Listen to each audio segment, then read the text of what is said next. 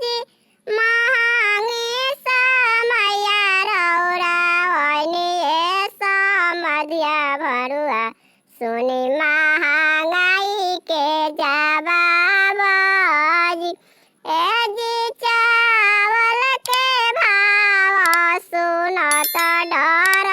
लागेला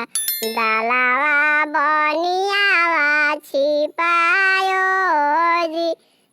जी चावल के भाव सुनत डर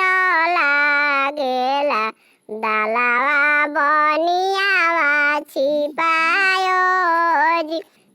जी आपन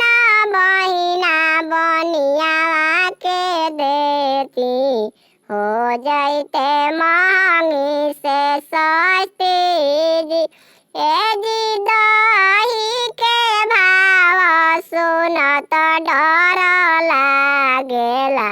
घिउआ गोवालावा सापायो जी जी दही के भाव सुनत डर लागेला घिउआ गोवालावा छापायो जी